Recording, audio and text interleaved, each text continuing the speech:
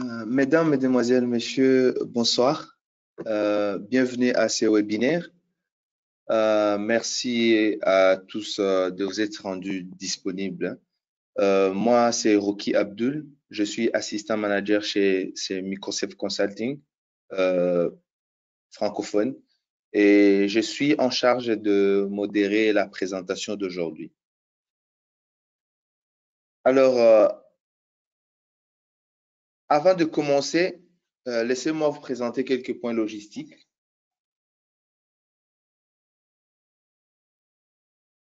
Tout d'abord, est-ce que vous m'entendez bien? Donc, je vous invite à répondre oui dans la boîte à questions qui se trouve à droite de votre écran. Donc, si vous m'entendez, écrivez oui dans la boîte à questions à droite. Parfait. Alors, vous pouvez utiliser cette boîte pour poser vos questions tout au long de ce webinaire et on va y répondre à la fin de la présentation. Ainsi, je voulais aussi vous dire que le webinaire est enregistré et vous pouvez retrouver l'enregistrement sur notre site internet de demain.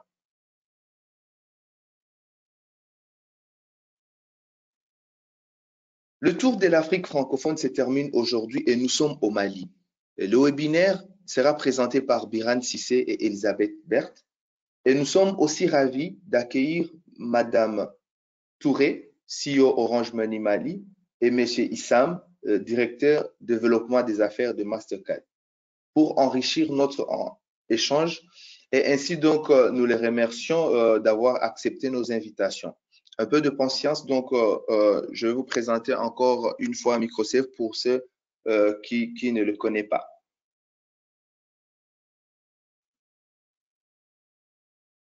Alors, Microsoft Consulting est une société de conseil international qui s'est spécialisée en inclusion financière, économique et sociale. Si nous travaillons avec nos clients et partenaires à travers le monde pour réaliser des améliorations durables et assurer un meilleur impact. Nous sommes au cœur de l'évolution de la finance digitale depuis donc ses débuts. Aujourd'hui, nous travaillons avec des gouvernements, des banques, des entreprises de télécommunications, les fournisseurs de services tiers, mais aussi des startups, des fintechs à travers l'Afrique et l'Asie. Nous offrons aussi des conseils stratégiques et opérationnels. Nous aidons à mettre en œuvre des programmes en utilisant des données et des idées que nous tirons de nos travaux de recherche et sur des terrains. Ces travaux sont véritablement enracinés dans une compréhension profonde des clients, de leurs besoins, de leurs aspirations et de leurs comportements.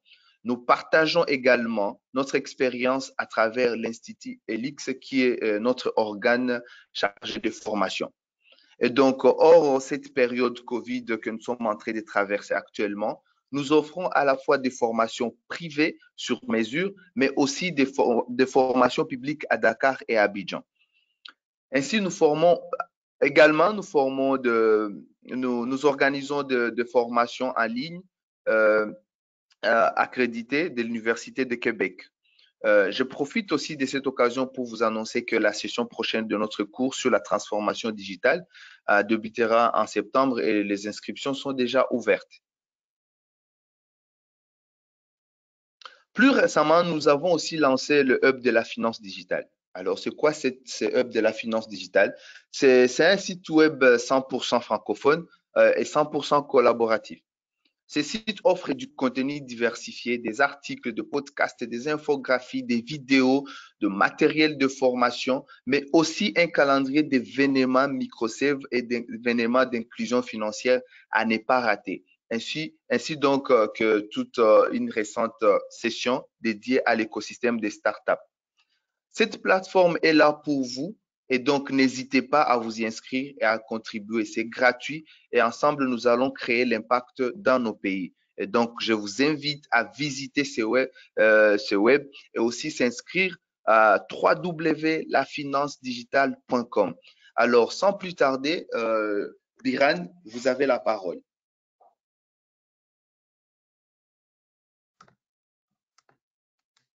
Merci beaucoup, Rocky. Bonsoir à toutes et à tous. Je m'appelle Biran Sissé, consultant au sein de Microsoft Consulting. J'espère que vous êtes en bonne santé en cette période de pandémie. Sans plus tarder, attaquons directement le sujet. Microsafe a mené une étude sur le paysage des fintech dans 6 pays d'Afrique francophone, à savoir le Bénin, la Côte d'Ivoire, le Congo RDC, le Mali, le Sénégal et le Togo. Le webinaire de ce jour exposera les résultats de l'étude effectuée au Mali et présentera également les opportunités dont disposent les fintech maliennes afin de contribuer à l'inclusion financière. Il faut noter que les rapports de ces études sont tous disponibles sur nos différents sites web que vous pouvez consulter à tout moment. Notre webinaire se déroulera comme suit. Nous commencerons par une présentation au cours de laquelle nous évoquerons les points suivants. En premier lieu, la situation de l'inclusion financière, les contraintes et opportunités des services financiers digitaux au Mali. Ensuite, nous évoquerons les caractéristiques et l'écosystème des fintech au Mali. Enfin, nous donnerons quelques recommandations pour accompagner les fintech dans leur développement afin qu'elles contribuent à l'inclusion financière.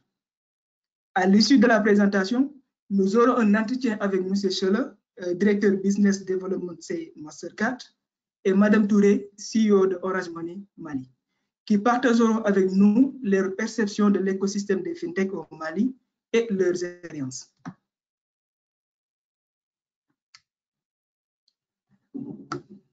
Nous terminerons ce webinaire par une session de questions-réponses.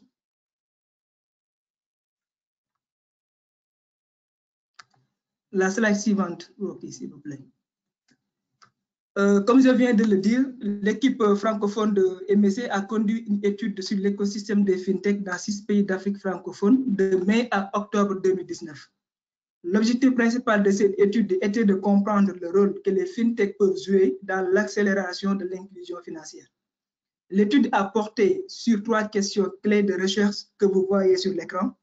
Cette étude aborde tout d'abord les principales caractéristiques de l'inclusion financière, les contraintes liées aux services financiers digitaux et donne un aperçu du secteur des fintech dans chacun des pays étudiés. Ensuite, elle synthétise les principales conclusions concernant l'écosystème de soutien qui se compose de 4 piliers clés. Premièrement, il y a l'accès au capital, l'accès au talent, la collaboration et le cadre politique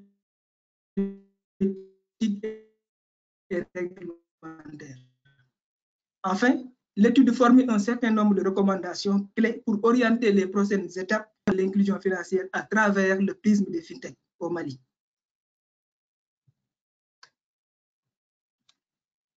Le suivant.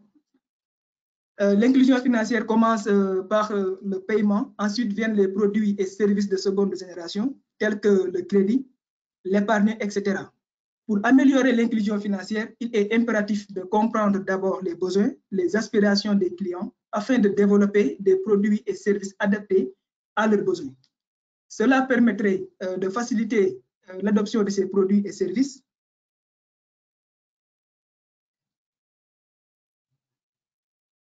En élaborant les stratégies nationales d'inclusion financière, les gouvernements ne pensent pas souvent aux fintech. Alors que pour réduire la fracture numérique, il est impératif de résoudre le problème de manque d'outils adaptés et des compétences nécessaires pour les populations exclues du système financier. Au Mali, pour améliorer l'inclusion financière, les acteurs de l'écosystème doivent se focaliser sur les 4 points suivants. Tout d'abord, les femmes. Selon les données de l'Institut national de la statistique en 2017, les femmes représentaient la moitié de la population et 75% de la population vivent en milieu rural. Bien qu'elles soient moins actives que les hommes, il faut noter que 63% de la population des femmes sont actives. Par conséquent, il est nécessaire de réfléchir comment inclure financièrement ces femmes, parce que seulement un quart d'entre elles ont déjà effectué ou reçu des paiements digitaux. Plusieurs facteurs peuvent expliquer la faible inclusion financière des femmes. Tout d'abord, il y a le faible niveau d'alphabétisation, il est de 22%. Puis, il y a la faible capacité à participer à la prise de décision au sein du foyer. Ensuite, il y a la faiblesse et l'irrégularité des revenus des femmes. Enfin, un faible niveau d'éducation financière. Pour une meilleure inclusion financière, il est nécessaire de tenir compte de tous ces points. Si nous prenons les jeunes, près de 65% de la population malienne est âgée de moins de 25 ans. Le taux d'activité des jeunes est de 75%. Toutefois, nous notons qu'il y a seulement un quart des jeunes qui ont effectué ou reçu des paiements digitaux. Il est important d'augmenter la sensibilisation chez les jeunes afin qu'ils puissent adopter les produits et services. Par ailleurs, il faut également réfléchir sur les besoins et aspirations des jeunes afin de leur offrir des produits et services qui sont utiles à leur niveau.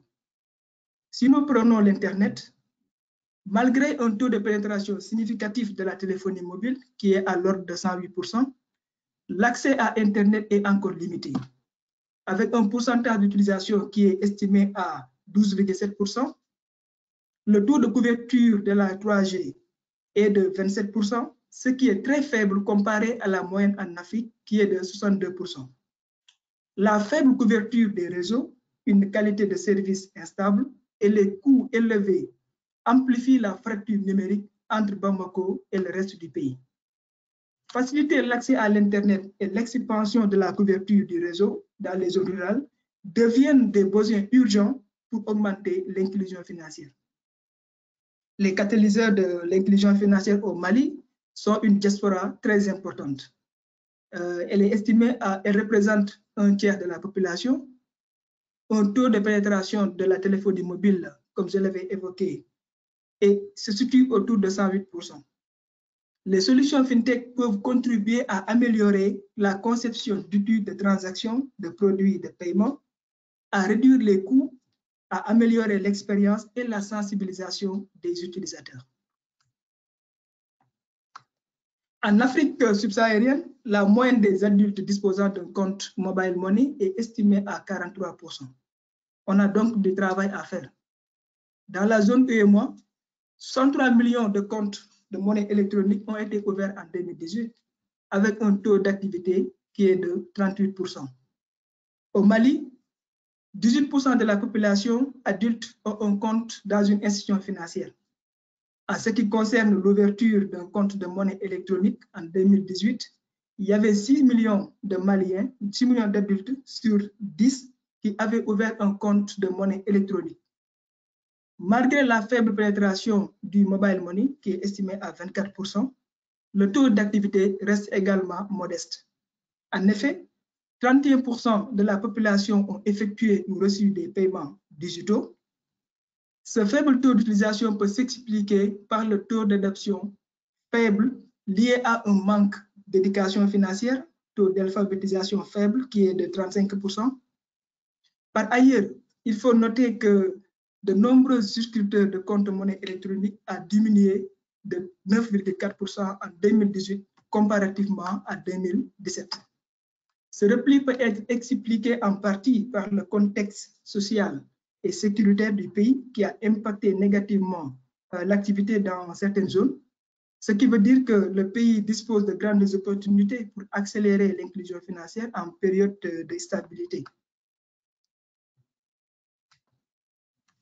Le secteur informel représente environ 80% du secteur privé au Mali, à majorité composée de MPME. L'agriculture est l'activité centrale qui contribue à hauteur de 38% du PIB et emploie près de 80% de la population. Malgré l'importance des MPME dans l'économie malienne, nous avons relevé les défis suivants. Cadre légal et réglementaire insuffisant, faible capacité des MPME, manque d'œuvres qualifiées. Accès difficile au financement, le déficit de financement au Mali était estimé à 3%. Faible infrastructure et le coût de services liés à la production, tels que l'eau, l'électricité et les transports. Au vu du caractère informel des MPME, les FinTech peuvent jouer un rôle crucial en offrant des produits et services financiers digitaux afin d'inclure financièrement ces MPME. En dépit des inégalités d'accès observées entre les plus pauvres et les plus riches en termes d'inclusion financière, le développement du mobile money a tendance à combler cet écart social. Le même constat est observé en zone rurale. Par ailleurs, d'autres solutions existent, en l'occurrence les fintech, qui peuvent jouer un rôle important dans l'amélioration de l'inclusion financière en offrant des produits et services accessibles aux plus pauvres. Passons maintenant aux caractéristiques des fintech au Mali. Depuis 2018, les fintechs sont en pleine expansion au Mali et sont dirigés en majorité par des jeunes. Les fintechs ciblent principalement la diaspora malienne, qui représente le tiers de la population, comme je viens de le dire. L'âge moyen des fintechs est de moins de 3 ans, ce qui montre qu'elles sont vraiment naissantes au Mali. 11% des fintechs ont été fondés ou cofondés par des femmes. Un fait marquant, la plupart des jeunes promoteurs des fintechs sont issus de la diaspora malienne. La majorité d'entre elles fonctionnent avec fonds propres ou avec l'appui des amis ou des parents.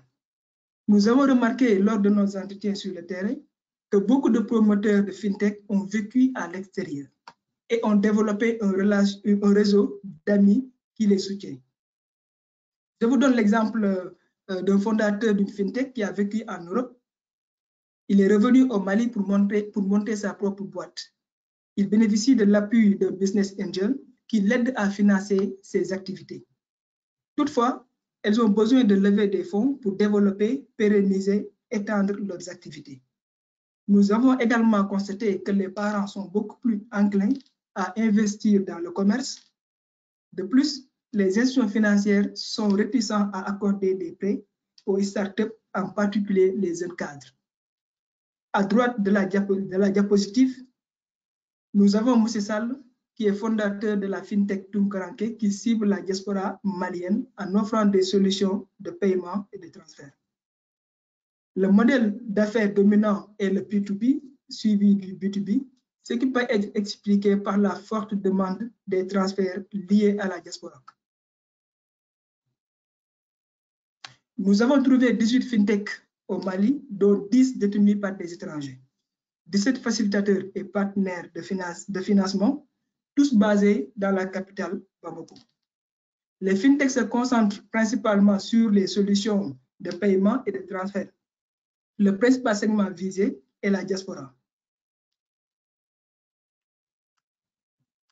Les fintechs se sont d'abord concentrés sur les solutions de paiement, de transfert du moins, P2P, destinées aux migrants et aux impayés. Toutefois, elles commencent à diversifier leurs produits, mais timidement. Plusieurs opportunités s'offrent aux fintechs pour diversifier leurs offres. Cependant, elles sont confrontées à de nombreux obstacles, tels que la réglementation, le manque de connaissance du marché et les financements. Les applications mobiles et le cloud sont les technologies les plus répandues et utilisées par les fintechs. À travers cette cartographie, nous voyons que la majorité des fintechs se concentrent sur les segments de MPME, des agriculteurs et des jeunes, alors que les femmes ne sont quasiment pas servies.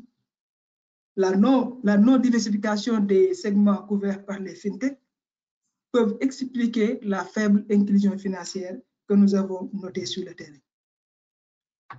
Elles gagneraient à élargir leur gamme de produits sur les segments femmes car elles représentent des proportions importantes de la population.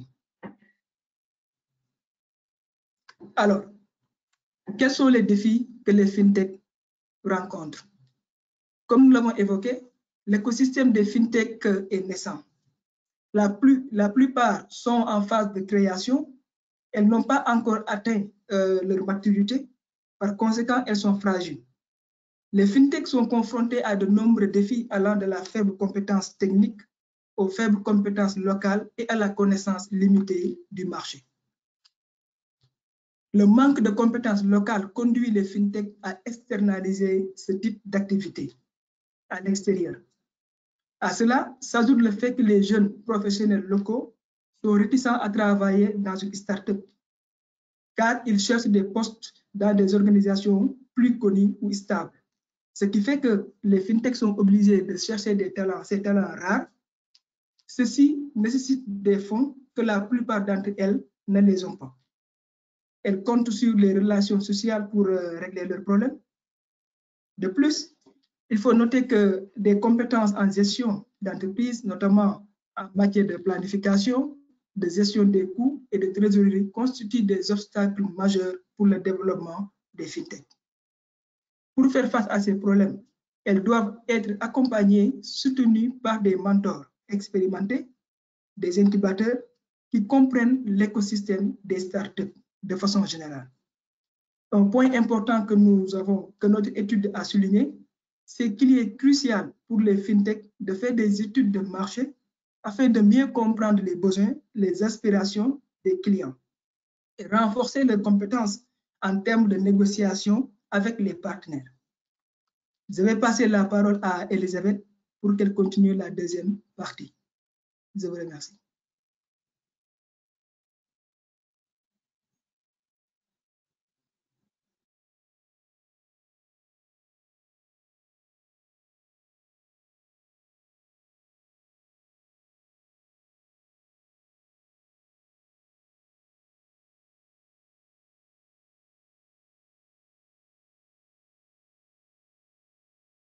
Elisabeth, vous avez la parole.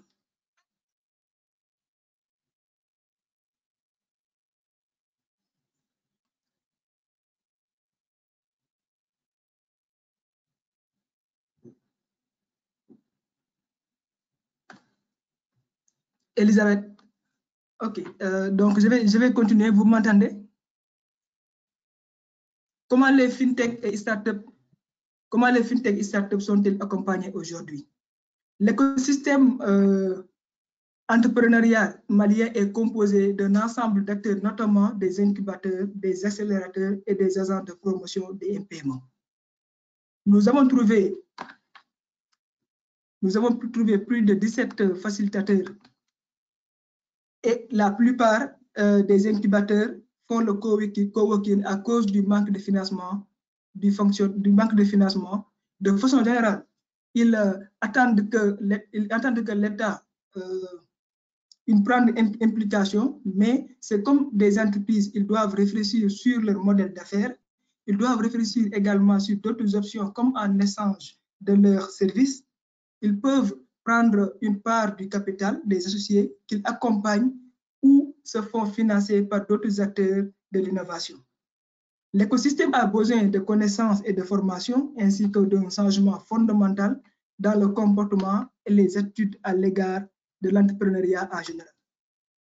La création de collaborations entre les incubateurs à travers d'autres pays est essentielle pour développer des talents transdisciplinaires, en particulier dans le domaine où nous avons noté des manques de compétences.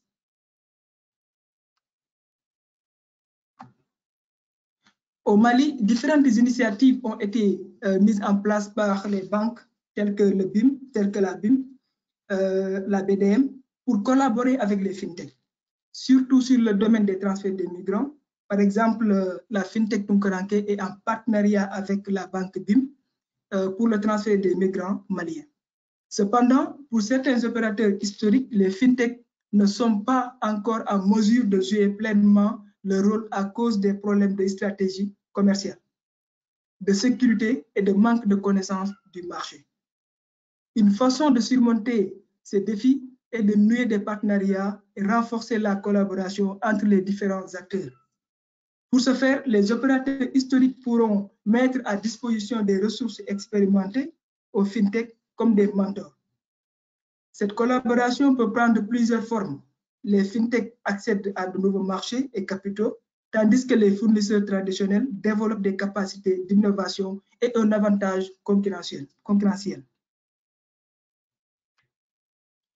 Les fintech rencontrent des difficultés pour collaborer avec les opérateurs historiques à cause de la réticence des banques, leur caractère informel, les problèmes de sécurité et le manque de connaissance du marché. Les fintech doivent connaître les besoins spécifiques de ces acteurs, se conformer aux exigences et quand elles ont un peu plus d'expérience sur le marché, les partenariats seront plus faciles à nouer.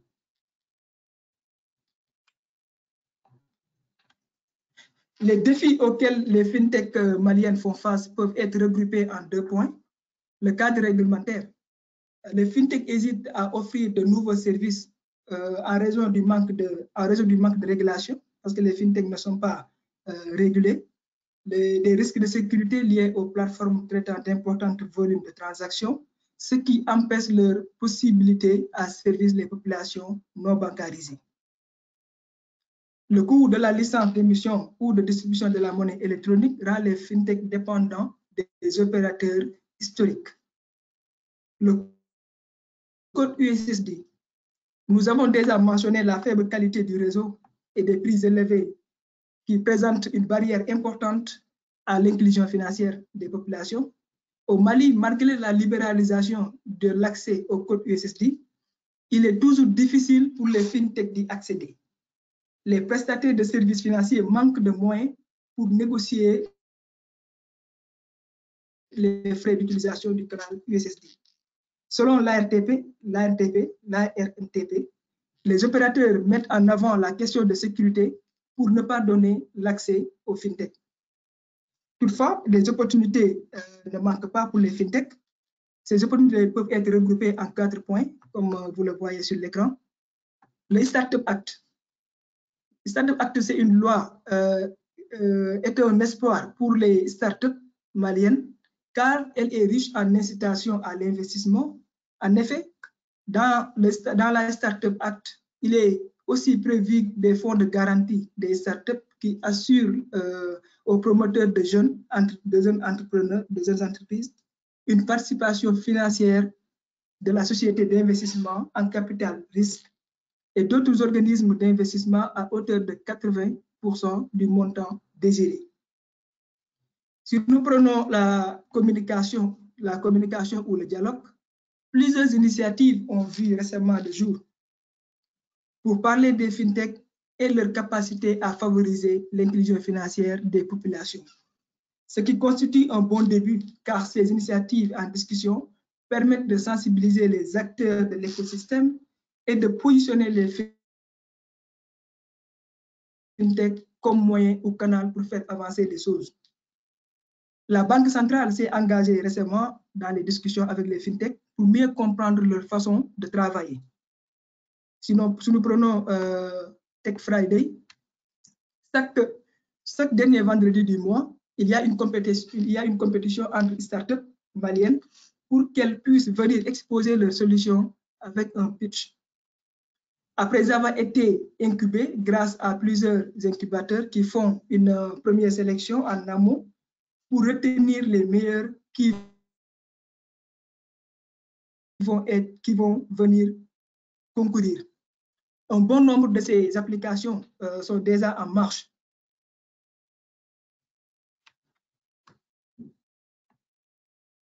L'autre slide, s'il vous plaît. Okay. Comment positionner les fintechs maliennes afin d'atteindre l'objectif commun d'inclusion financière? L'innovation technologique a fait des percées majeures dans les services financiers.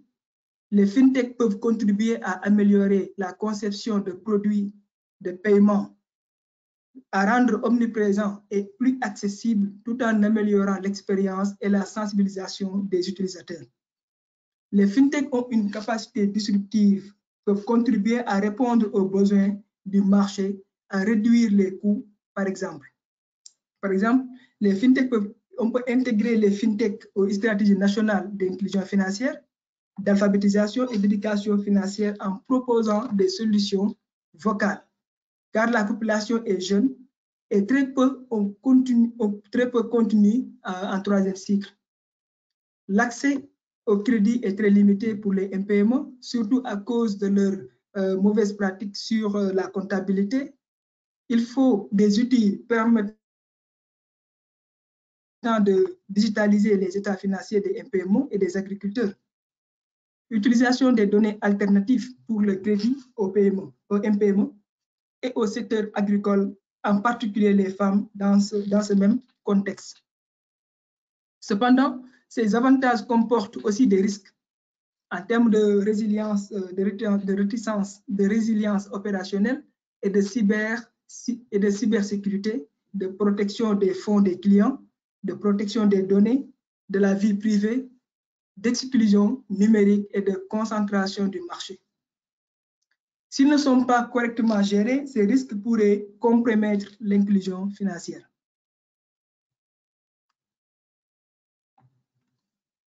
Alors, quels sont les points à retenir? Pour les entrepreneurs, il faut augmenter les capacités de sécurité sur l'ensemble des activités afin de gagner la confiance des partenaires. Reconnaître les besoins et les intérêts spécifiques des grandes entreprises pour nouer des collaborations efficaces entre elles. Utiliser les nouvelles technologies pour participer à l'éducation financière des jeunes, car elles seront vos clients pour l'avenir. Être plus visible pour attirer des investisseurs et des supports de mentors. Si nous prenons les incubateurs, il faut promouvoir des modèles d'entrepreneurs pour renforcer la confiance des jeunes. Connecter l'écosystème des incubateurs à d'autres incubateurs de la région pour partager les bonnes pratiques et les succès historiques. Accroître l'accès et l'expertise et aux ressources humaines qualifiées. Encourager les programmes de mentorat portant sur les stratégies d'entreprise, l'élaboration de plans d'affaires, la stratégie de mise sur le marché et d'autres conseils aux nouveaux entrepreneurs. Il faut aussi décentraliser les activités dans d'autres zones. Donc, pour les grandes entreprises, il faut encourager vos équipes à devenir des mentors ou adopter l'innovation ouverte. Il faut également faire des partenariats avec des incubateurs pour le renforcement des capacités des startups. Les recommandations pour le gouvernement. Il faut créer un environnement favorable à l'entrepreneuriat en favorisant la sensibilisation à l'esprit d'entreprise dans les écoles, les centres de formation et les universités, en donnant également accès à des formations à la gestion d'entreprises peu coûteuses. Il faut également intégrer des formations sur l'éthique dans le cursus des enfants très tôt. Par ailleurs, il faut renforcer les capacités des autorités réglementaires avec des compétences spécifiques aux technologies financières. Ajouter également les compétences en affaires et en gestion dans les programmes d'enseignement. Il faut aligner le soutien financier et non financier à chaque étape du développement commercial des fintech. Créer des bureaux régionaux d'innovation. Et côté infrastructure, il faut améliorer la stabilité de l'électricité. Les recommandations pour les donneurs, investir dans l'éducation entrepreneuriale et promouvoir la création de centres dédiés à l'entrepreneuriat.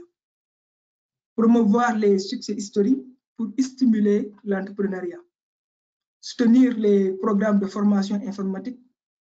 Créer un fonds d'assistance technique en partenariat avec des experts pour travailler avec des incubateurs sur le renforcement de compétences.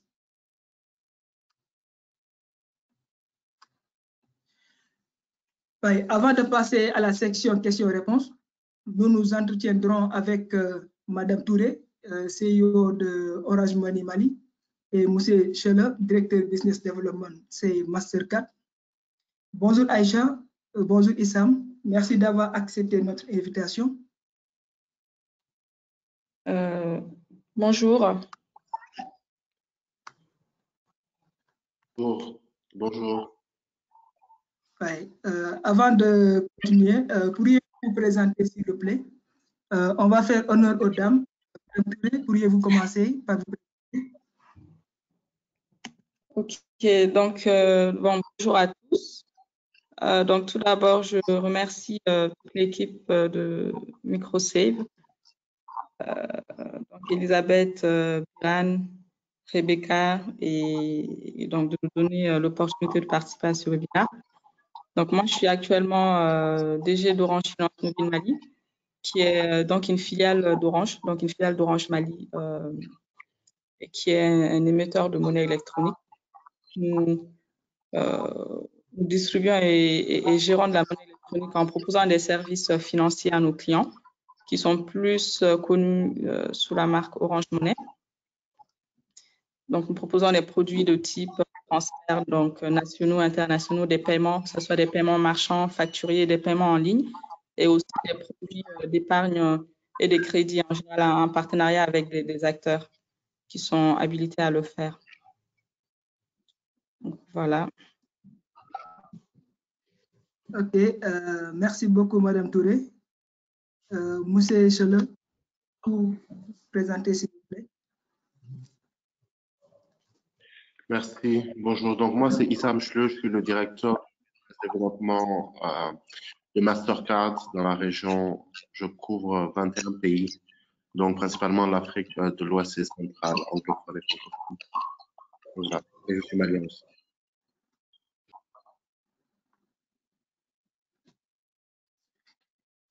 Ok, très bien. Merci beaucoup. On est bien placé pour la session questions-réponses.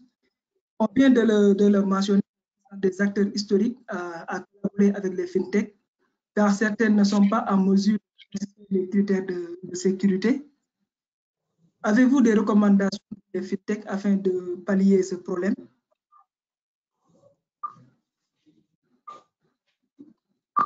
Je ne sais pas si quelqu'un peut prendre la parole et l'autre peut continuer. Oui, donc c'est par rapport à la sécurité. Bon, déjà, il faut savoir que les cas de fraude sont de plus en plus nombreux aujourd'hui. Et les méthodes utilisées aussi par les fraudeurs sont de plus en plus ingénieuses, on va dire. Donc, la moindre faille de sécurité peut être immédiatement exploitée et puis conduire à une cyberattaque. D'ailleurs, à Orange, on a des équipes d'analystes et d'experts sécurité qui travaillent sur des use cases permettant de prévenir ces intrusions-là. Donc, c'est pour ça qu'il est crucial de sécuriser nos plateformes et donc également de travailler avec des partenaires qui sont aussi exigeants que nous en matière de sécurité. Donc, les fintechs aussi doivent respecter ces exigences-là en termes de protection de données, de cybersécurité, parce que, bon, au final, qu'on soit un petit ou un grand acteur, on est tous exposés tant qu'on évolue dans les services financiers, qui sont un domaine assez prisé pour les fraudeurs. Et Orange Money, d'ailleurs, est certifié ISO 27001. Cela a un coût qui peut être élevé pour une start-up qui démarre, mais il faut quand même avoir, voilà, je veux dire, il y a des fondamentaux à respecter. Donc, cela demande de la sensibilisation pour que ces fintechs-là connaissent les enjeux liés à la sécurité, qui connaissent les standards et les normes, parce que bon, une faille de sécurité peut coûter très cher déjà sur le plan financier, mais sur le plan financier, oui, en termes de pertes, mais également sur le plan même réglementaire, parce qu'on est aussi exposé à des sanctions. Le régulateur suit de très près ces aspects-là. Et surtout, ça peut entraîner une crise de confiance avec nos clients, parce que souvent, ce sont les données de nos clients qui sont en jeu, également avec nos partenaires. Donc, pour les fintechs, je pense que dès le départ, il faut avoir cela en tête que lorsqu'on met en place ce type de structure, de services, ce type de service, il faut embarquer dès le départ les enjeux de sécurité. Ok, merci beaucoup, Aïcha. Vous avez quelque chose à ajouter?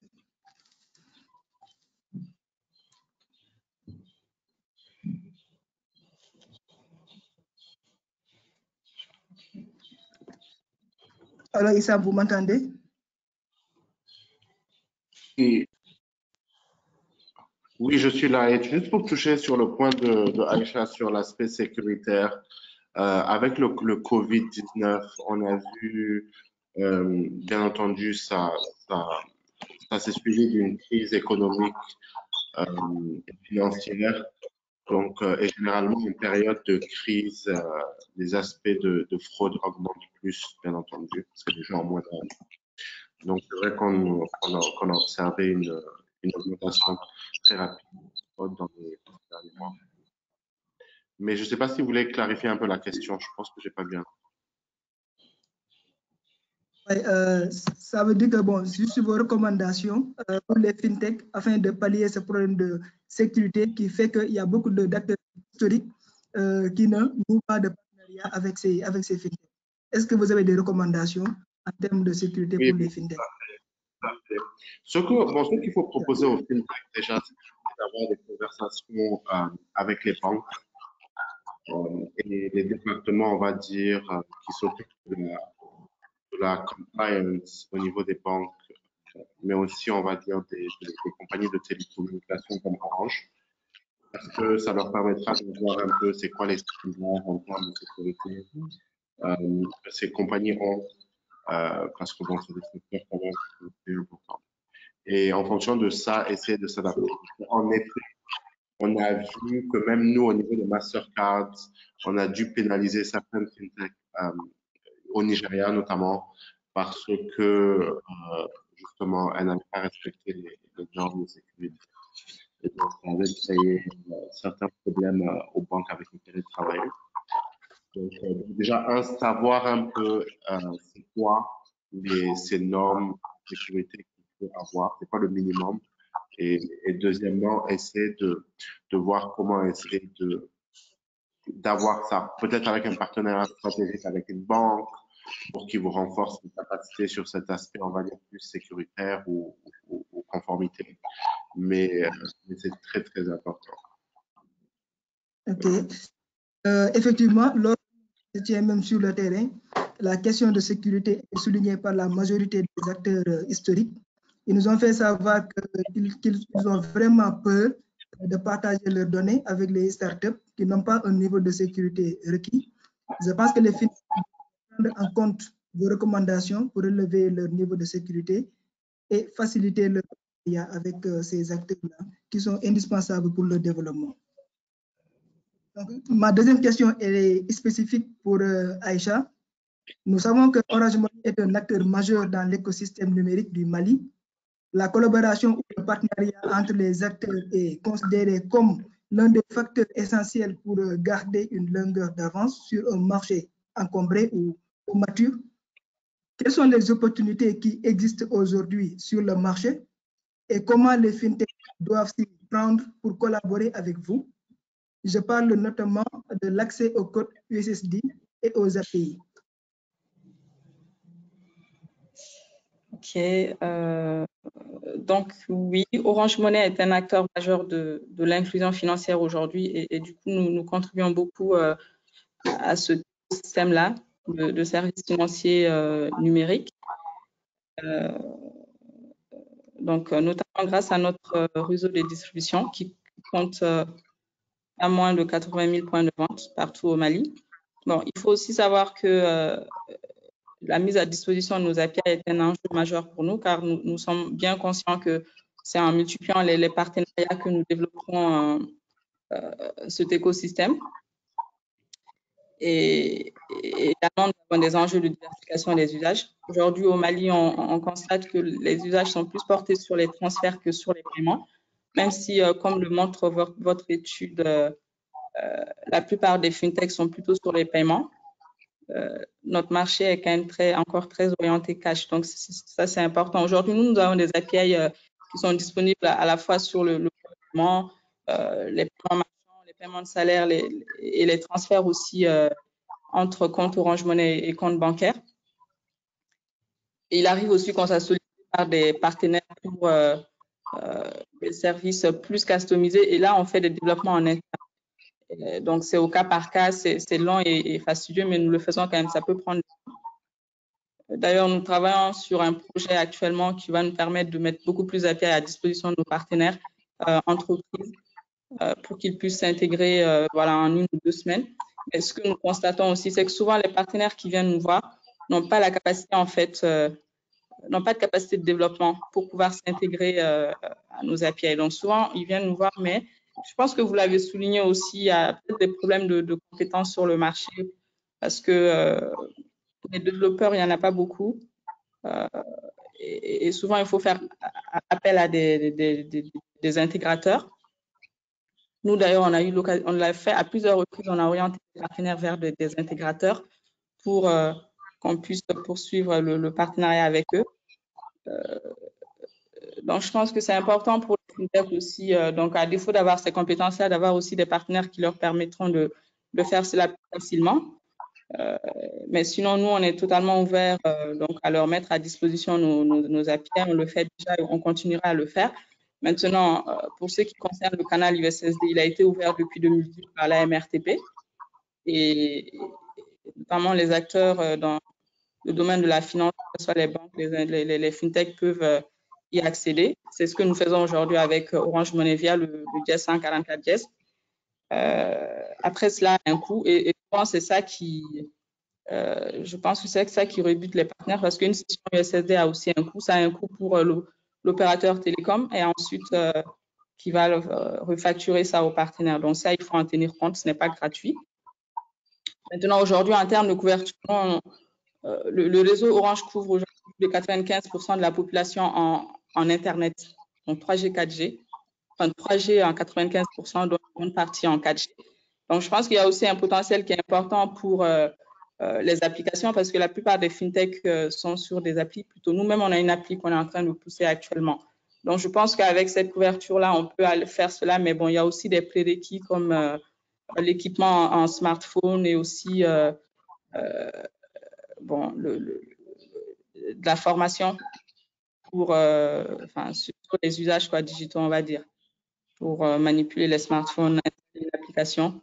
Bon, ça peut constituer aussi un gros travail, mais une fois que ces prérequis-là sont là, le canal app aussi peut être très intéressant parce qu'en général, ça permet d'avoir une meilleure expérience pour les clients et d'avoir des parcours plus fluides et plus simples.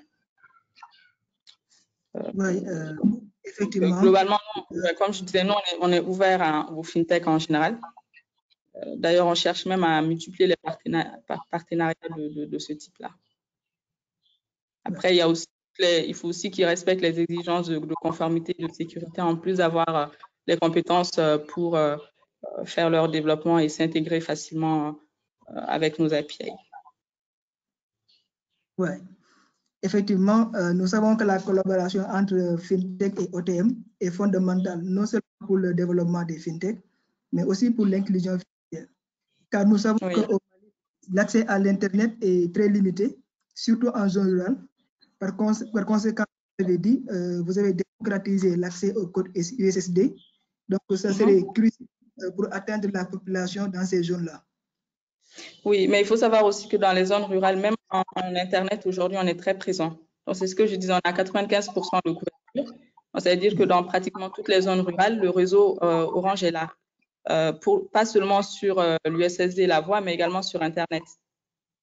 Donc, pour les populations, bon, à condition que ces populations-là soient équipées, ils peuvent également aller sur Internet. Ouais. Donc, l'USSD n'est pas aujourd'hui le seul canal pour cette cible-là.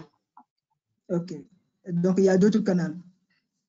Oui, ben, notamment les applications, enfin, tout ce qui est accessible via Internet. OK. Mais dans les zones où il n'y a pas d'Internet?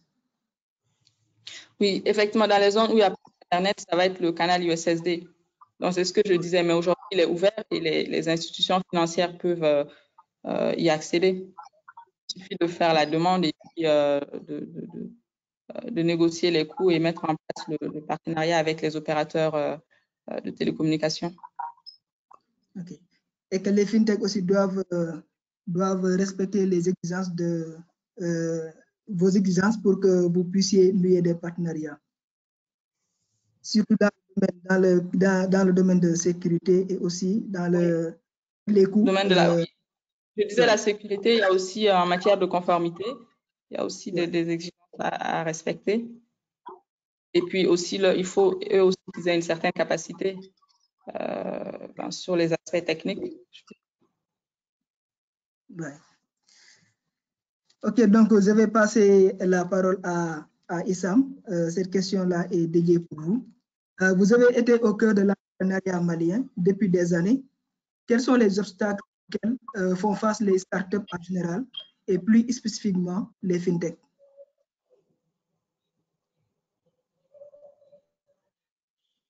Merci beaucoup. Donc, Par rapport, on va dire, aux problématiques auxquelles les fintechs font face, c'est assez généralisé dans la sous-région. La première problématique, c'est le fait qu'elle continue à opérer dans le secteur informel, on va dire, parce que tant que vous n'avez pas forcément une licence opérée par la banque centrale, enfin, vous êtes quand même considéré comme étant entreprise informelle, même si vous êtes enregistré légalement, on va dire, pour fournir ces services. Donc voilà, donc il y a cet aspect-là. Donc ça, c'est déjà un gros problème. Maintenant, la question est de voir comment on peut travailler toutes les parties prenantes avec la Banque centrale pour qu'elle puisse justement mettre en place une régulation appropriée à ce type d'entreprise pour pouvoir tester leur innovation.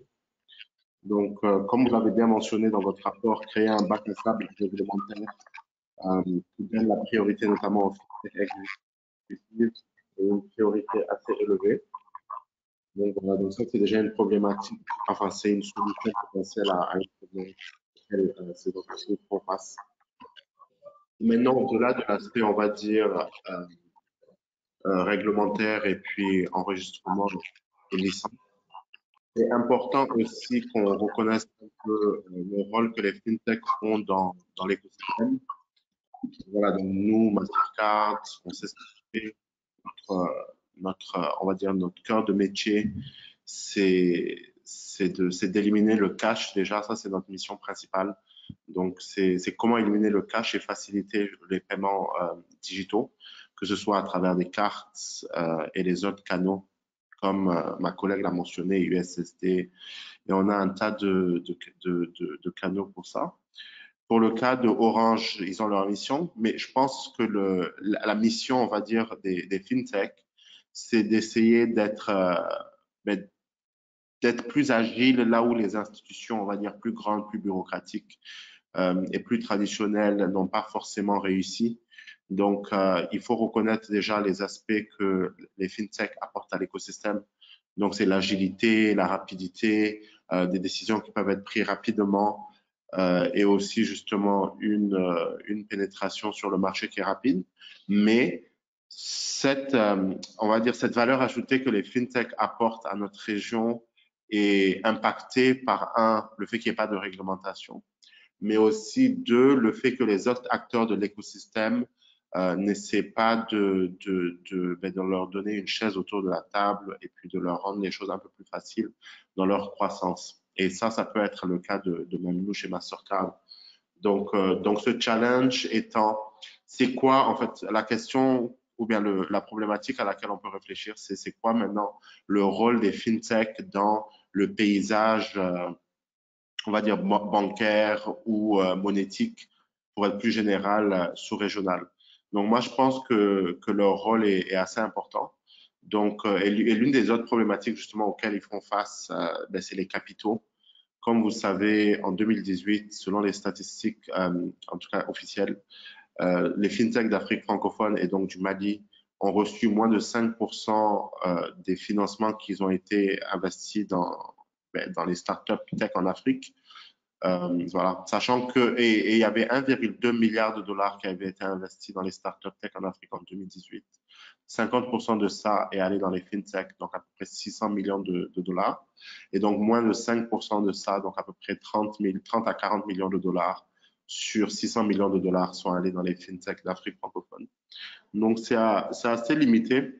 Et je pense que si on arrive à adresser le problème de réglementation, ça peut aider à attirer, on va dire, des capitaux dans ces entreprises à travers notamment des bacs à sable réglementaires avec la Banque centrale.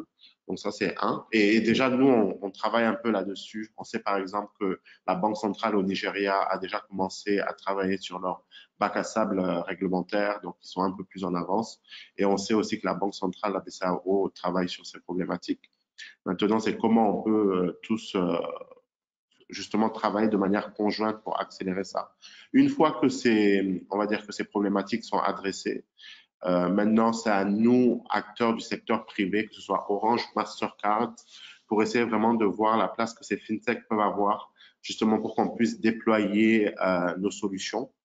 En tout cas, pour ce qu'on voit arriver, c'est que les fintechs pourront nous aider, on va dire, sur des chaînes de valeur. Donc, c'est important qu'elles essaient de se focaliser un peu sur des chaînes de valeur ou sur des secteurs clés et stratégiques, ce qui leur permettent justement permettra d'aider l'écosystème à digitaliser ces chaînes de manière plus rapide. Bon, je vais m'arrêter là, mais bon, je pense que c'est déjà une réponse. Je pense que le problème de financement, c'est un problème qu'on trouve partout dans nos pays et que vu que l'écosystème fintech malien est naissant, donc l'accès au financement devient une question primordiale pour le développement. Donc, je vais passer à Aïcha. On voit que l'éducation financière est un gros obstacle dans l'option des services et des services financiers au Mali.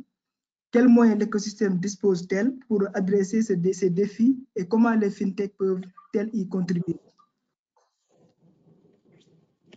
Alors, oui, donc l'éducation financière, en effet, est un levier important pour le développement de l'écosystème de l'inclusion financière même au Mali.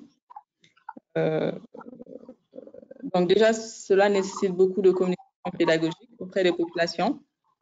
C'est le rôle, c'est aussi le rôle des grands acteurs comme Orange ou les banques et même l'État. Je pense qu'il faut aussi une volonté politique pour cela et beaucoup d'accompagnement. Maintenant, côté FinTech, la simplicité des parcours clients est très importante, je pense. Parce que lorsqu'on élabore un nouveau service, il faut avoir la cible en tête et puis être conscient des limites de sa cible. Donc, en tenant compte des spécificités de la cible, on peut développer un service qui sera beaucoup plus accessible. Bon, après, les fintechs qui ont un positionnement, ils ne seront peut-être pas directement confrontés à cela, puisqu'en général, ils s'adressent à des entreprises qui sont souvent structurées, enfin formelles aussi. Maintenant, ceux qui ont un positionnement plus B2C ou B2B2C, il faut quand même qu'ils tiennent beaucoup compte de cela dans la stratégie produit, dans la stratégie de communication. Nous, par exemple, on communique dans les principales langues à la radio pour nos produits. Dans les régions, en l'occurrence, on n'est pas en français ou en bambara, mais on va sur les langues locales pour que les produits soient plus, pour que les clients comprennent plus. Et bon, il y a aussi un autre facteur dont il faut tenir compte, c'est l'alphabétisation, le niveau d'alphabétisation même dans le pays. Et on sait que pour les adultes, il n'est pas très élevé, je pense moins de 40%. Et donc, l'expérience montre que les populations qui sont non alphabétisées auront donc plus de difficultés à utiliser les services que ceux qui le sont.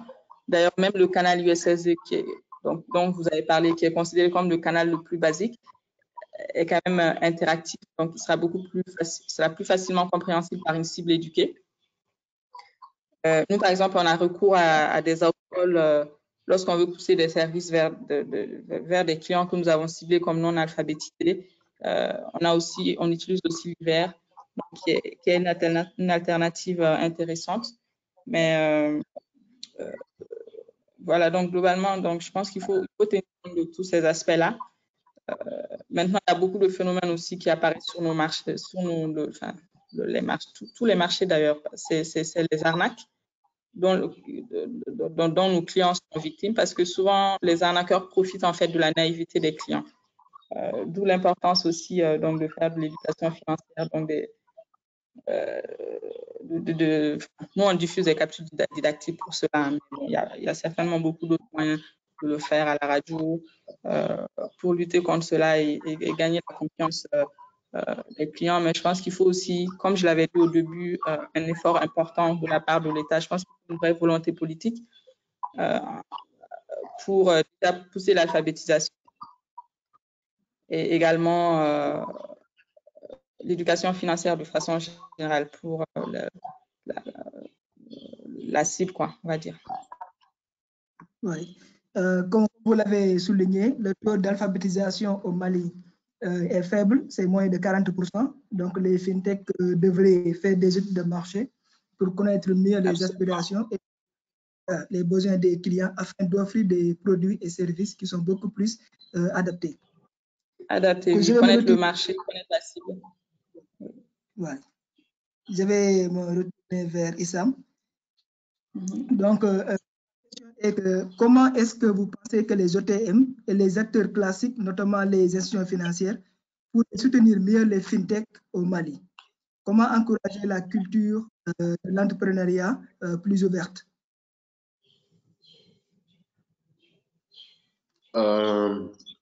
Moi, je pense que c'est par plus de collaboration. Et là, on parle pour le cas des fintechs de manière spécifique, mais bon, l'idée, c'est qu'il y ait plus de collaboration entre les différents acteurs de l'écosystème tous ensemble. Donc, c'est comment, on va dire, Mastercard va travailler de manière plus étroite avec Orange, qui, nous, pourrons travailler de manière plus étroite avec justement les besoins que le gouvernement a en termes de finances inclusives et voir comment avec nos plateformes et nos solutions et nos services, on peut aider à accélérer l'agenda qui est déterminé. Bon, on parle d'éducation qui est assez faible au Mali, mais justement avec les nouveaux moyens de formation, il y a possibilité d'adresser ça. Nous, je sais qu'au niveau de Mastercard, on a notre volet philanthropique et eux, ils ont développé des formations par SMS aussi qui marchent très bien. Donc l'idée, c'est ça, c'est d'essayer de voir comment les différentes parties prenantes vont pouvoir travailler ensemble, de savoir que, on va dire que le succès de l'écosystème et puis notre succès individuel, on va dire, dépend du succès commun. Peut-être pas sur le court terme, mais bon, sur le long terme, notre succès, on va dire, individuel dépend de notre succès commun. Donc, comment on peut essayer de voir comment avoir cette vision commune et collaborer ensemble. Donc, et en faisant ça, les fintechs auront directement une place autour de la table. Nous, à notre niveau, en tout cas, on travaille déjà beaucoup avec les fintechs.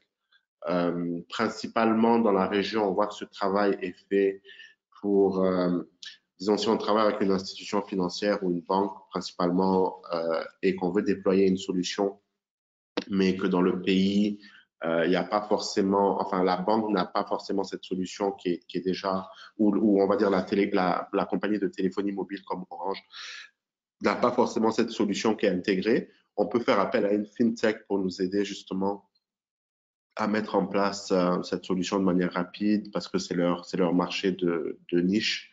Donc voilà, donc pour le moment, on travaille comme ça. Mais il faut dire que ça, c'est parce que, bon, là, on les considère comme des sous-traitants, entre autres, les fintechs, mais c'est aussi parce que le marché, l'écosystème n'est pas mature. Quand on regarde, par exemple, au Nigeria, on a eu à échanger avec une fintech qui s'appelle Lydia. Elle fait partie de notre portefeuille de fintech parce qu'on a un programme pour les fintechs, ce qu'on appelle StartPath en interne. Et donc Lydia, eux, en fait, c'est une compagnie qui donne des prêts aux PME ou aux petits marchands en 24 heures ou 48 heures. Donc, il te suffit juste d'envoyer ton relevé bancaire et puis ils ont des algorithmes qui développent des scores de crédit et qui permettent justement de t'approuver pour une somme de crédit et puis de te l'envoyer. Donc, c'est très digitalisé. Ils n'ont pas de branche, ils ont 0 branche. Ils opèrent sur un réseau de distribution de partenaires. Mais ils ont prêté plus de 50 millions d'euros, par exemple, en prêt à plus d'une dizaine de milliers de PME. Donc, en termes, on va dire, de fintech, c'est un des leaders en Afrique et ils sont en train de s'étendre en Europe actuellement. Et donc, quand on discutait avec eux, donc voilà, donc la question c'était est-ce que vous pouvez mettre votre solution au profit soit des banques ou des compagnies de téléphonie mobile, enfin des banques, désolé, pas compagnie de téléphonie mobile, banques. Et ils ont dit non. Et la réponse, et on leur a demandé pourquoi, et ils ont dit parce que leur clientèle est satisfaite parce que c'est très facile, pour toucher sur le point de Aïcha, c'est très facile d'accéder au service, c'est très rapide, il n'y a pas besoin d'aller dans les banques, de passer plusieurs jours à monter un dossier pour avoir un prêt. Donc, ils ont rejeté l'idée de travailler avec les banques. Ce qui nous explique que dans des marchés, on va dire, plus matures, où l'écosystème fintech est plus mature, ces acteurs fintech, maintenant, ne veulent plus travailler avec les banques ou n'ont pas besoin de travailler avec les banques parce qu'ils arrivent à fournir leurs services parce qu'ils ont toute la technologie qu'ils font, parce qu'ils ont eu assez de fonds pour leur permettre de développer ça en interne, un. Et deux, ils peuvent distribuer leurs produits eux-mêmes. Ils font les prêts sur fonds propres. Et donc, voilà. Donc, je disais juste ça pour montrer les deux extrêmes. Que bon, d'un certain côté, dans les marchés moins matures, il y a beaucoup de sous-traitance qui est fait avec les fintechs. Mais quand l'écosystème est plus mature, les fintechs, elles peuvent opérer de manière totalement indépendante. Et il faut le dire, en tout cas, moi, personnellement, et nous, à Mastercard aussi, de manière plus globale, on voit les fintechs comme le futur de la banque, quoi. Donc, c'est des acteurs petits pour le moment, surtout dans notre région, mais qui peuvent avoir une place très importante, on va dire, dans le paysage monétique et bancaire à l'avenir. Oui, je pense que nous n'avons pas beaucoup de temps. Il faut qu'on prenne les questions des participants. Je pense qu'on va faire l'avant-dernière question ou bien la dernière question. Donc, elle est adressée à Aïcha. Bamako Incubateur travaille beaucoup plus avec les femmes. Comment booster l'entrepreneuriat féminin au Mali?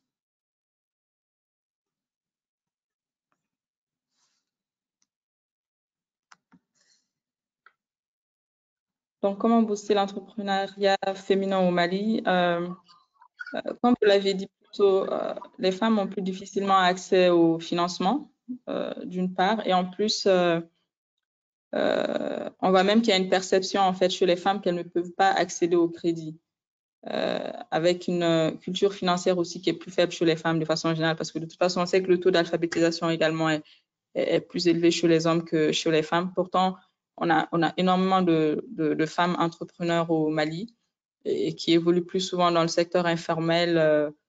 Si on prend l'exemple de toutes les femmes qui sont sur les marchés, et elles ont besoin d'être mises en visibilité et accompagnées aussi pour encourager le développement et même la mise à l'échelle de leur activité. Et puis, bon, il y a beaucoup d'études aussi qui prouvent que pour favoriser l'entrepreneuriat féminin, il faut qu'elles soient plus incluses, en fait, les femmes, financièrement, j'entends. Donc, il y a des progrès parce qu'on voit qu'il y a des institutions, même des banques, qui mettent en place une ligne de crédit dédiée aux femmes. Donc, c'est qui a encouragé, et puis beaucoup d'autres initiatives de coaching, d'innovation dédiées aux femmes, même des concours pour les femmes start-upers. C'est clair qu'il faut tout cela, et avec une volonté politique, une implication aussi plus forte des grandes entreprises, des banques et des opérateurs de télécommunications.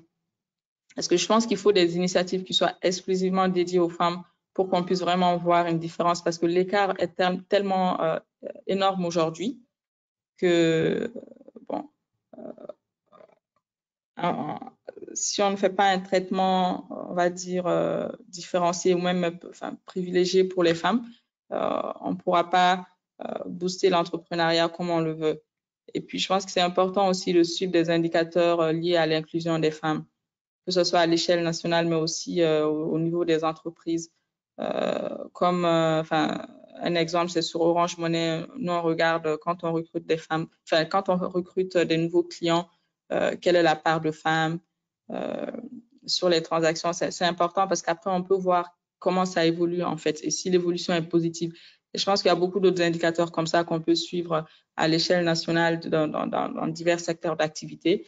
Mais, et bien sûr, comme je disais, tous les incubateurs aujourd'hui qui sont de plus en plus nombreux doivent avoir un focus quand même sur, il faut qu'il y ait un focus en fait sur les femmes, et les fintech aussi, quand ils proposent des services, il faut qu'ils tiennent compte de cette cible-là en fait, de ne pas faire, pas que les fintech, hein, mais de façon générale, lorsqu'on propose des services, il faut penser à cette cible-là et ne pas noyer ça faire des services tout le temps génériques pour que les femmes puissent être plus incluses, on va dire. Bon, je peux en dire plus, hein, mais je pense que je vais arrêter là.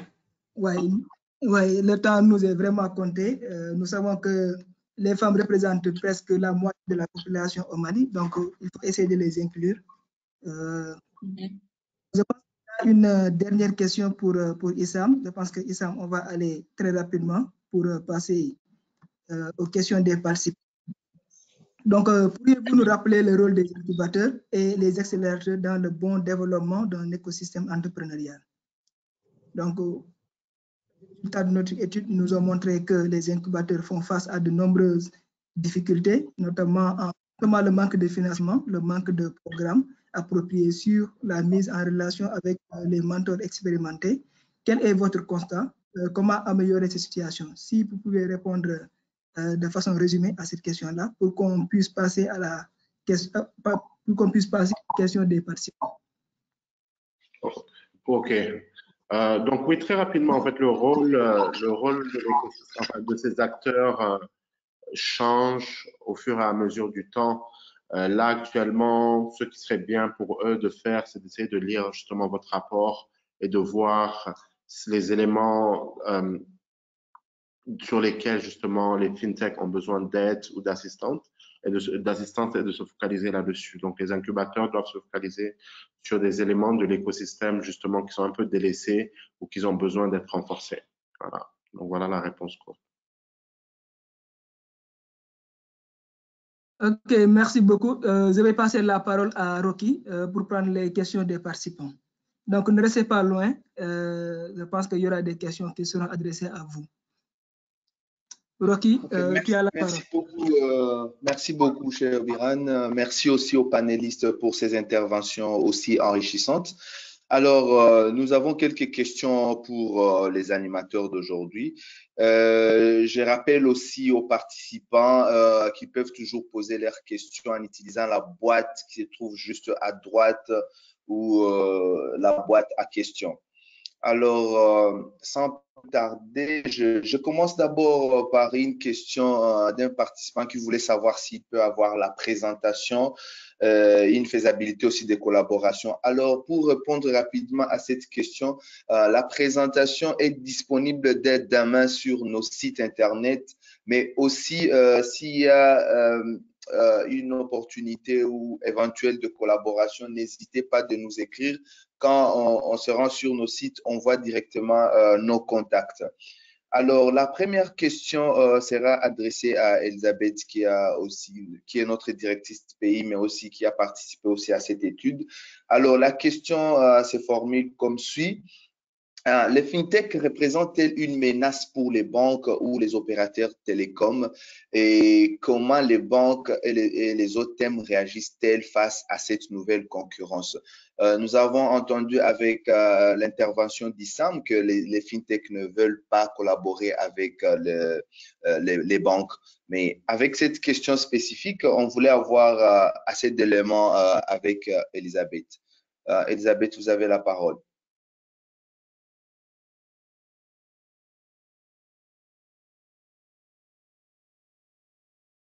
Elisabeth, vous nous entendez?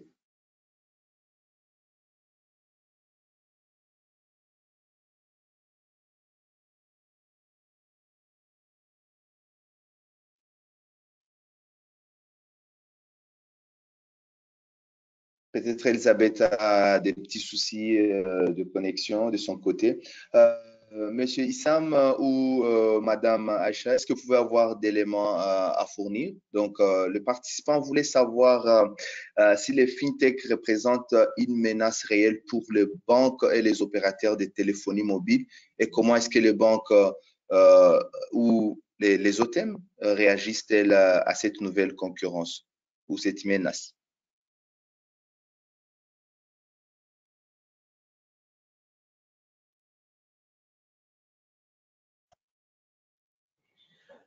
Alors, donc concernant les opérateurs, je ne pense pas. Pour nous, c'est plutôt une opportunité. Donc, c'est des opportunités de partenariat, des opportunités aussi de développement de l'écosystème, notamment sur les paiements, comme je l'avais dit, où on a encore beaucoup de chemin à parcourir au Mali. Et puis, les fintechs aussi pourraient profiter de notre réseau de distribution, comme je l'avais dit, qui a quand même qui a un très bon maillage et qui est partout, donc qui s'étend sur toutes les régions du Mali. Donc, je réponds pour les opérateurs. Donc, pour les banques, bon, je pense peut-être que Issam est mieux placé pour répondre à la question. Ouais, Monsieur Issam. Oui, en fait, nous, on ne regarde pas trop ça comme une menace ou de la compétition. Comme je l'ai dit, nous, au niveau de Mastercard, notre mission principale, c'est d'éliminer le cash. Et 95%, sinon plus, des transactions qui nous fait dans nos marchés sont basées sur le cash. Et donc, quand vous parlez de menaces, là, on parle juste des 5% qui sont digitalisés en ce moment. Donc, comme vous le voyez, là, c'est juste, on va dire, c'est une goutte d'eau dans l'océan, quoi. Donc, au lieu de se focaliser sur la compétition qui peut se passer sur les canaux qui sont déjà digitalisés, la vision, c'est comment on peut utiliser justement toutes les parties prenantes pour travailler ensemble pour éliminer le cash de nos sociétés. Donc voilà, et ça, quand on regarde ça de cette manière, là, on ne parle plus vraiment de compétition, mais de collaboration, parce que le travail qu'il y a à faire est énorme et il faut toutes les parties prenantes pour justement qu'on arrive, pour y arriver de manière plus rapide. Donc la moisson est aussi grande, donc c'est mieux qu'elle puisse collaborer pour mieux servir la population. Alors, Il y a à manger pour tout le monde. Il y a à manger pour tout le monde. vraiment. Alors, la seconde question, c'est pour Madame Aïcha. Alors, le participant voulait savoir, Orange est-elle prête à accompagner les startups pour valider leur développement afin de mieux servir, de mieux sécuriser leurs applications et services? Donc, Orange est-elle prête à accompagner les startups pour valider leur développement afin de mieux sécuriser leurs applications et services? Voilà, c'est ça la question. Donc, quand les startups viennent nous voir, en général, quand il y a des problèmes de ce type-là, on leur fait savoir afin que ça soit corrigé. Sinon, bon, on ne pourrait de toute façon pas poursuivre le partenariat. Maintenant, aujourd'hui, Orange a plusieurs moyens d'accompagner les startups. On participe activement dans l'incubateur Créatine, que vous connaissez peut-être. Et puis, il y a aussi d'autres initiatives là, qui arrivent. On a le Poésam, qui est le prix Orange de l'entrepreneuriat social. Donc, les gagnants, les lauréats qui bénéficient d'accompagnement de tout genre. Hein. Donc, bon, tout cela pour dire que donc, au-delà des startups qui pourraient nous approcher spécifiquement sur la partie Orange Money, on a quand même beaucoup de dispositifs aujourd'hui d'accompagnement des startups. Donc, oui, Orange accompagnerait les startups sur beaucoup d'aspects, dont ceux qui ont été cités. Ok, merci beaucoup pour ces éclaircissements. Je prends la seconde, la question suivante. Vu le stade embryonnaire des fintech, quelle image doit-elle avoir pour attirer l'attention de potentiels partenaires et accompagnants financiers? La question, je l'adresse beaucoup plus à M. Issam. Vu le stade embryonnaire des fintech, quelle image doit-elle avoir pour attirer l'attention de potentiels partenaires et accompagnants ou accompagnateurs ou donateurs financiers? OK. Bon, après, c'est l'entrepreneuriat. Les anglophones, ils utilisent une expression qui dit fake it till you make it. Donc, c'est-à-dire, tu dois bluffer jusqu'à ce que tu arrives à tes objectifs, jusqu'à ce que tu arrives en tout cas à un stade où tu n'as plus besoin de bluffer. Donc, on va dire, ces entreprises au début, c'est vraiment essayer de réussir sur des aspects clés. Donc, essayer d'être présenté, d'avoir une bonne vision. Mais de manière plus globale, c'est d'avoir adresser une bonne problématique. Et les entreprises sur lesquelles, enfin, qui réussissent le mieux dans les fintech qu'on voit, c'est celles qui sont positionnées quand même sur des chaînes de valeur. Parce que si tu veux adresser le problème des paiements ou de la finance technologique, en tant que fintech, tu ne peux pas adresser tous les problèmes du marché. Et pour te faire connaître ou pour que des acteurs plus gros voient ton importance, il faut peut-être te focaliser sur des chaînes de valeur ou des secteurs spécifiques. Essayer de voir les choses petites, essayer de tester le modèle de manière petite, de voir l'importance de la technologie. Donc, la plupart des process et des procédures que l'entreprise, que la compagnie aura, si tout peut être digitalisé, c'est mieux que ce soit non digitalisé. Donc, il y a un tas d'éléments, mais bon, de manière plus globale, on va dire les partenaires vont rechercher de l'attraction. Ils vont essayer de voir les chiffres clés de la fintech. Combien de marchands ils ont, c'est quoi leur réseau de distribution. Donc, voilà, donc c'est ces chiffres clés sur lesquels il faut se focaliser. Parce que, voilà, soit se focaliser sur développer un réseau de distribution qui est assez élevé. Donc, c'est ce que la startup Sama est en train de faire et qui lui réussit, on va dire, plus ou moins bien. Ou tu te focalises, on va dire, sur avoir une technologie qui est vraiment super bien. Comme ça, tu peux avoir des partenaires, justement, qui vont adopter ta technologie. Donc, c'est soit un développement sur un nombre dans le réseau de distribution, ou soit sur se focaliser sur une technologie qui est à point. Voilà, donc ça, c'est peut-être le conseil. Oui, alors, M. Issam, gardez toujours la main. Nous avons remarqué que lors de nos enquêtes sur terrain, que les bailleurs de fonds sont beaucoup plus focalisés vers le monde anglophone, alors que nous avons mené notre étude beaucoup plus sur le monde francophone. Et les fintech ont du mal à avoir ces bailleurs de fonds francophones. Et donc, comme la majeure partie est beaucoup plus la partie anglophone, on voudrait savoir comment est-ce que les fintech francophones pouvaient tacler cette limite-là d'approcher les bailleurs de fonds anglophones. Ben, déjà, c'est essayer de connaître la langue. Donc, investir dans des cours d'anglais s'il n'y a pas de ça. Et puis après, c'est vraiment se connecter à l'écosystème dans les pays anglophones. Donc, il y a beaucoup d'associations et puis de plateformes qui permettent ces échanges. Et moi, je me rappelle, il y a 2 ans, on a fait un programme qui nous a amené à Lagos et pendant une semaine, on a eu des réunions avec les gens de l'écosystème au Nigeria. Et nous, on était éblouis parce que, bon, nous, on est habitués dans nos pays, soit avec des petits chiffres ou des petites entreprises, mais quand on est arrivé là-bas, il y avait des fintechs avec des jeunes entrepreneurs qui levaient 10 millions de dollars, 20 millions de dollars, 30 millions de dollars. Et quand on visitait leurs bureaux, c'était vraiment des grands espaces. Ça ressemblait vraiment à une industrie fintech à laquelle on veut ressembler ou qui nous rend fiers. Donc, vraiment, c'est ça, essayer d'être de plus en plus exposé à ces marchés-là, parce que ça permet de nous montrer que oui, en effet, c'est possible. Il y en a qui arrivent à le faire et l'écosystème peut ressembler à ça.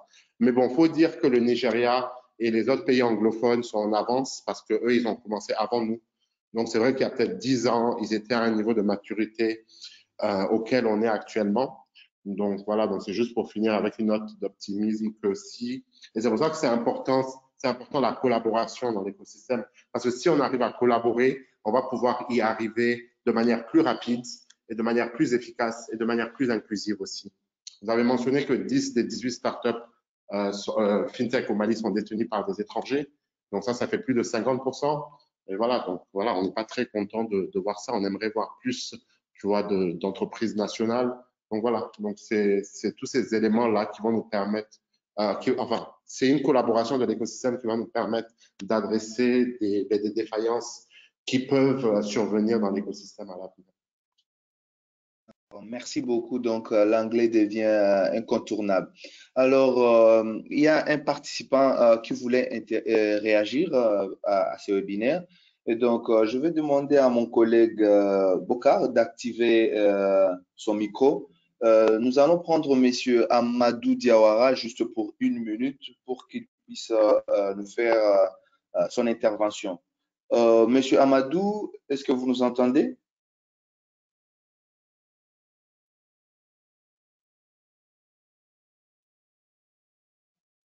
Oui, oui, je vous entends. Bonjour. Bonjour, vous avez 1 minute. Non, non, c'était juste pour une question, mais je l'avais posée, mais je pense que vous étiez revenu sur les questions et ça avait été répondu par Hicham là-dessus et la question aussi, je pense que la CEO d'Orange aussi, Monnaie aussi avait répondu. Mais une dernière question que je voulais poser à Mastercard et puis surtout et à Orange, c'est de voir aujourd'hui quelle place ils peuvent laisser aujourd'hui pour les crypto-monnaies aujourd'hui, que ce soit les telcos ou le secteur bancaire aujourd'hui, en fait. Voilà ma question, en fait. Et aussi, vous féliciter pour ce webinaire qui est très intéressant pour les fintech parce que des entreprises comme le groupe Famib aujourd'hui qui œuvront dans ce domaine, nous sentons un peu délaissés par les acteurs, on va dire. Après, c'est vrai que Orange parle tout à l'heure qu'ils font des actions, mais je voulais juste rappeler que nous, on est un centre d'innovation aujourd'hui, le groupe Famib, avec plus de 200 ingénieurs. Donc, c'est vrai qu'il y a une pénurie mondiale de développeurs, mais nous avons quand même réussi à concocter 200 ingénieurs dans le développement au Mali et nous vivons à 90% du offshoring depuis l'étranger. Donc, c'est pour dire qu'il y a des développeurs. En Afrique, on arrive à faire confiance également localement aussi à nos startups localement, mais aussi au centre d'innovation de recherche technologique et d'industrie créative que nous sommes, nous, aujourd'hui, Famib, qu'on peut être une solution aujourd'hui pour l'Afrique de l'Ouest en termes de développement des solutions et d'application de projets. Voilà. Ok, merci beaucoup, Monsieur Amadou. Je pense que nos panélistes peuvent répondre à la question, celle de savoir la place des crypto-monnaies dans l'écosystème FinTech. Vous avez la parole.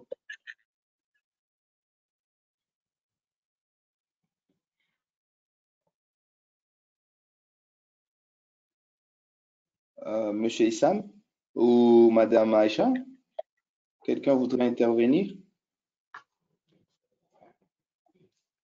En fait, c'est une question, c'est vrai que c'est une question sur laquelle on ne s'est pas encore penché à Orange Money. Donc, c'est pour ça que je n'ai pas réagi. Parce qu'aujourd'hui, nous avons un marché qui est très, très orienté cash, comme le disait Issam tout à l'heure. Donc, nous avons beaucoup d'enjeux sur, sur cela pour amener nos clients plus vers à utiliser plus la monnaie électronique. Et bon. Ouais, ok. Monsieur Issam, est-ce que vous avez ajouté? Non, bon, en fait, en termes par rapport à Mamadou, les conseils, c'est plus peut-être de collaboration, donc essayer de continuer sur des initiatives comme ça. Mais bon, moi, j'aimerais voir, nous, ce qu'on est en train de vouloir faire, on est en train de vouloir développer en interne un programme qui va nous permettre de travailler avec plusieurs fintechs dans la sous-région pour adresser les problématiques auxquelles les PME font face. Donc, c'est pas officiel pour le moment, mais on est en train d'essayer de vouloir monter un programme pour accélérer l'inclusion financière des PME à travers des canaux digitaux et pour nous permettre d'arriver à ce résultat-là, on va travailler avec les compagnies de téléphonie mobile. On voudrait travailler avec les compagnies de téléphonie mobile et aussi avec des fintechs. Donc, on vous dira plus, on va dire, dans les mois à venir, une fois que ce programme sera validé. Mais Mamadou, on est en train d'essayer de voir justement comment collaborer avec les fintechs dans la sous-région de manière plus approfondie. Donc, on travaille sur ça et on espère vous revenir avec de bonnes nouvelles prochainement. D'accord, merci beaucoup. De bonnes choses à venir. Alors, malheureusement, le temps nous est compté. On s'excuse déjà pour les 4 minutes. Et donc, pour les questions, parce que nous avons encore d'autres questions auxquelles nous n'avons pas apporté des réponses, et je pense que nous allons les faire de manière individuelle par mail. Mais aussi, je signale que les rapports sont encore disponibles sur nos sites web, donc vous pouvez les parcourir. Nous sommes encore très ouverts à recevoir des feedbacks. Je rappelle encore pour ceux qui ne l'ont pas encore fait de s'inscrire sur les sites du hub de la finance digitale, www.lafinancedigitale.com. Alors, je veux inviter les panélistes peut-être pour le mot de la fin. Je commence par Madame Aïcha. Un mot de la fin. Oui, donc d'abord, vous remercier une fois de plus de nous avoir donné cette belle opportunité. Et donc dire aussi qu'on est, donc moi je suis très enthousiaste hein, pour tout ce qui concerne le développement des fintechs. Je pense que le potentiel est là, même si c'est encore au stade embryonnaire comme on l'avait dit, mais le potentiel est là et il est élevé. On assiste d'ailleurs à l'arrivée de beaucoup de nouveaux acteurs, que ce soit dans les transferts, les paiements, et donc c'est nécessaire donc qu'il y ait une volonté politique et aussi une forte implication de notre régulateur, parce que c'est lui qui définit les règles, et également des gros acteurs, donc les opérateurs de télécommunications, les banques. Et ainsi, je pense que bon, on pourra participer à la stratégie nationale d'inclusion financière au Mali. D'accord. Merci beaucoup, Monsieur Issam.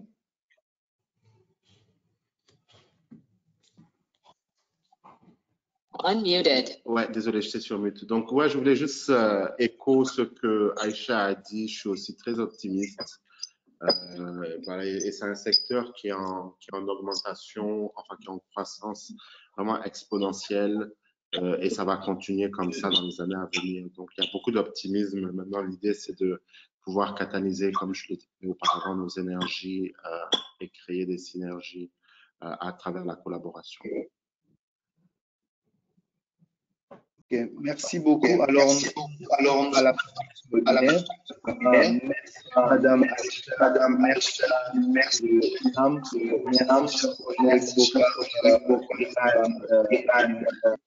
merci, chers participants.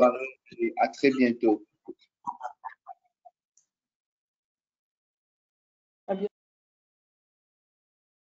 Au revoir.